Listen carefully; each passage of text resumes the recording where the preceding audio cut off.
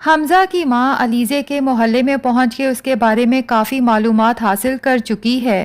یہ بھی کہ علیزے کی ایک اور بہن تھی جس نے گھر والوں سے چھپ کے کسی لڑکے سے نکاح کیا تھا اور پھر پریگننٹ بھی ہو گئی تھی، لیکن پھر اس لڑکے نے علیزے کی بہن کو چھوڑ دیا، جس کے بعد اس نے اپنی ہی جان لے لی، جس کے بعد علیزے کا رشتہ بھی ٹوٹ گیا اور ان لوگوں کی محلے میں اتنی بدنامی ہوئی کہ علیزے کی ماں یہ سب برداشت نہیں کر سکی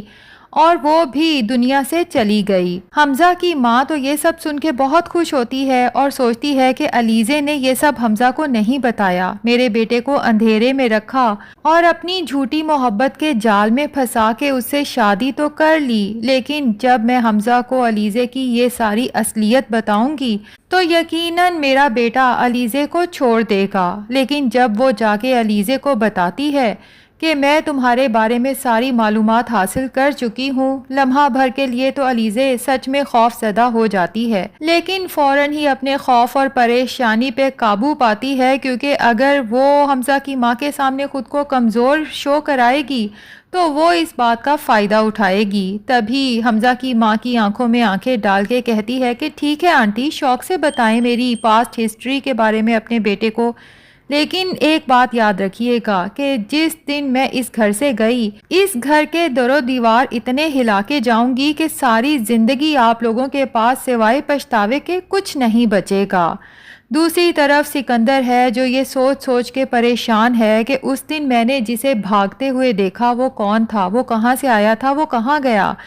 آخر گارڈز کو پتہ کیوں نہیں چلا، اور پھر کیمراز بھی تو آن تھے، اور آخر انوشے کا بریسلٹ میرے کمرے میں کیسے آیا اور پھر میرے کمرے سے غائب کیسے ہوا۔ یقیناً اس سب کے پیچھے وہی تھا جو مجھے بھاگتا ہوا نظر آیا تھا۔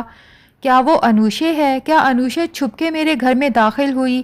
سکندر بس سوچتا جاتا ہے اور اسے کوئی سرا نہیں ملتا تو پاگلوں کی طرح چیخنے چلانے لگتا ہے۔ عریشہ سکندر کی یہ حالت دیکھ کر تشویش میں مبتلا ہو جائے گی کہ کہیں میرا شوہر پاگل تو نہیں ہو گیا، جبکہ علیزے جو سکندر کی اس حالت کو دیکھ بھی رہی ہے، سمجھ بھی رہی ہے اور دل ہی دل میں بہت انجوائے بھی کرتی ہے، کیونکہ وہ یہی تو چاہتی تھی کہ جس طرح سکندر نے میری بہن انوشے کو ذہنی تکلیف دی، ایسے ہی سکندر بھی ذہنی تکلیف میں مبتلا رہے۔ خود کلامی کرتے ہوئے علیزے کہتی ہے کہ سکندر، میں تمہیں مرتے ہوئے نہیں بلکہ یوں ہی تڑپتے ہوئے دیکھنا چاہتی ہوں۔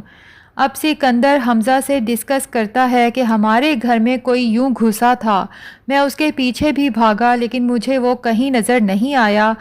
تو پتہ چلانے کی کوشش کرنی چاہیے، ہمیں پولیس کو انوالو کرنا چاہیے کہ یہ سب کیا ہو رہا ہے ہمارے گھر میں۔ یہاں پر لگتا ہے علیزے تھوڑی ڈر جائے گی، کیونکہ اگر پولیس انویسٹیگیشن ہوتی ہے تو ہو سکتا ہے علیزے کے راز کھل جائیں۔ تبھی وہ حمزہ کو ہی کہتی ہے کہ مجھے تو لگتا ہے سکندر کے دماغ کو کچھ اثر ہو چکا ہے، ذرا خود ہی سوچیں کہ آخر ایسا کون ہوگا جو تنہا ہمارے گھر میں گھسا اتنے گارڈز کے ہوتے ہوئے اور پھر یہاں سے نکل بھی گیا، اور سوائے سکندر کے نہ تو وہ کسی کو نظر آیا نہ ہی کسی کو خبر ہوئی۔